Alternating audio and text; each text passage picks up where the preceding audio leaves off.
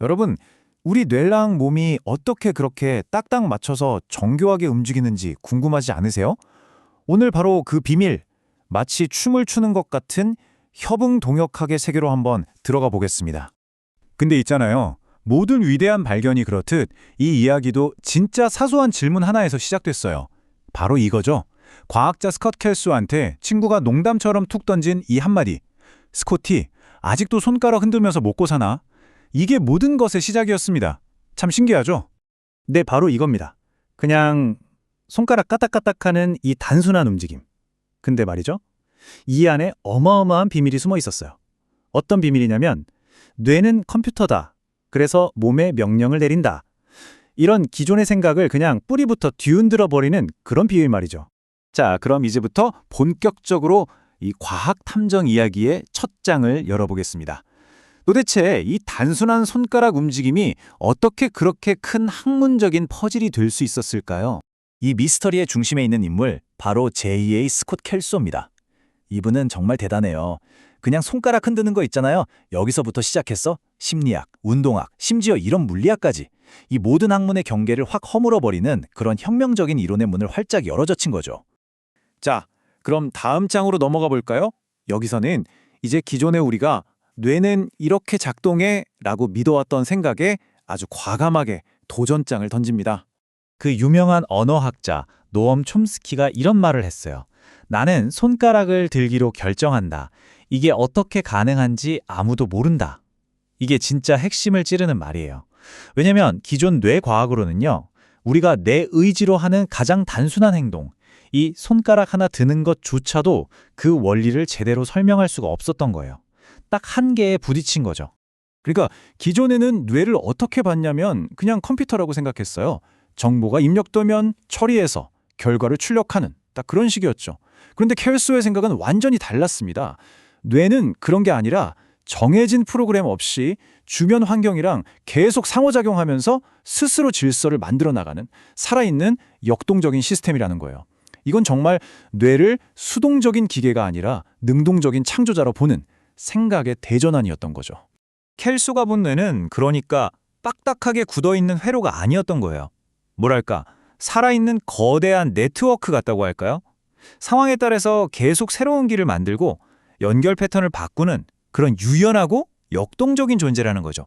그리고 이 새로운 이론을 움직이는 핵심 엔진이 있어요. 바로 자기 조직화라는 개념입니다. 이게 뭐냐면요, 정말 신기해요. 누가 시키거나 중앙에서 지휘하는 지휘자가 없는데도 그냥 개별적인 것들이 모여서 알아서 스스로 질서를 만들어내는 그런 현상을 말하는 겁니다. 자, 이제 드디어 이 이야기의 하이라이트입니다. 모두가 아하 하고 무릎을 탁 치게 되는 순간이죠. 바로 이 새로운 이론을 증명하는 결정적인 증거가 나타나는 장면으로 가보시죠. 켈소가 뭘 봤냐면요. 우리 행동이 항상 스무스하게 점진적으로 변하는 게 아니라는 걸 발견했어요. 가끔은 어떤 지점을 탁 넘어가면 갑자기 마치 스위치를 탁 켜는 것처럼 한 패턴에서 다른 패턴으로 확 바뀌어버리는 순간이 있다는 거죠. 이건 기존 이론으로는 진짜 설명이 안 되는 현상이었어요. 그리고 바로 그 현상이 결정적인 증거가 됩니다. 바로 상전이라는 건데요. 어렵게 들리지만 물이 얼음으로 변하는 것처럼 어떤 시스템의 상태가 갑자기 싹 바뀌는 걸 말해요. 켈소가 실험을 해보니까 손가락 움직이는 속도를 점점 빠르게 했더니 처음엔 서로 반대로 움직이던 두 손가락이 어느 순간 갑자기 같은 방향으로 탁 하고 바뀌더라는 거죠.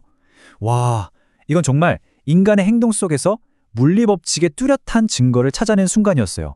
그래서 켈소는 이 역동적 시스템에는 세 가지 뚜렷한 특징이 있다는 걸 정리했어요. 첫째, 여러 안정적인 패턴이 가능하다는 다중 안정성.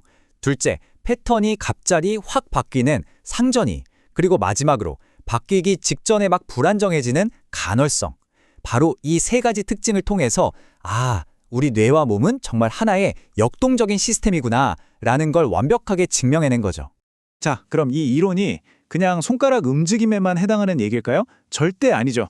지금부터는 이 발견이 얼마나 넓은 영역에 영향을 미치는지 갓난아기의 자아 탄생부터 저 멀리 인공지능의 미래까지 한번 쫙 훑어보겠습니다. 근데 여기서 또 엄청난 질문이 생겨요. 만약 모든 게 이렇게 알아서 저절로 조직되는 거라면 그럼 나라는 존재, 내 의지, 우리가 말하는 자유의지는 도대체 어디서 오는 걸까요? 좀 철학적이죠? 이 어려운 질문의 답을 찾기 위해서 과학자들은 아주 특별한 대상에게 눈을 돌립니다. 바로 갓 태어난 아기들이었죠. 가설은 이랬어요. 아기의 자아는 태어날 때부터 프로그램된 게 아니다. 세상을 겪으면서 스스로 발견하는 거다. 라는 거죠. 자, 그 과정을 한번 상상해 볼까요? 아기가 처음에는 그냥 의미 없이 팔다리를 막 휘저어요.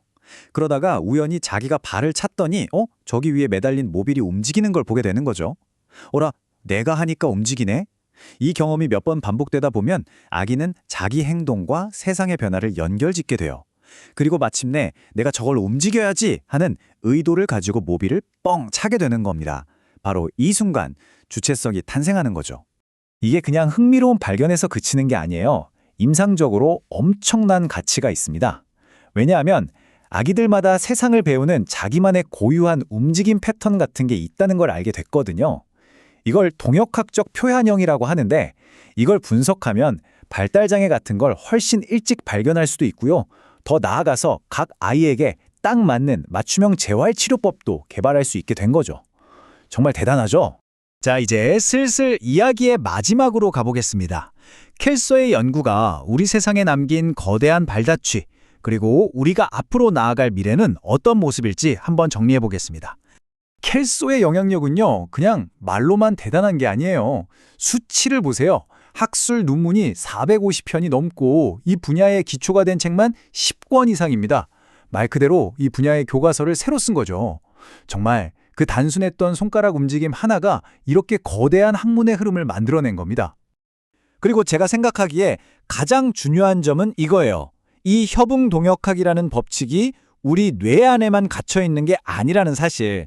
아주 작은 세포의 움직임부터 거대한 사회 집단의 행동, 심지어 미래에 인간과 AI가 한 팀이 되어 일하는 것까지 살아 숨쉬는 모든 시스템을 꿰뚫는 보편적인 원리라는 거죠.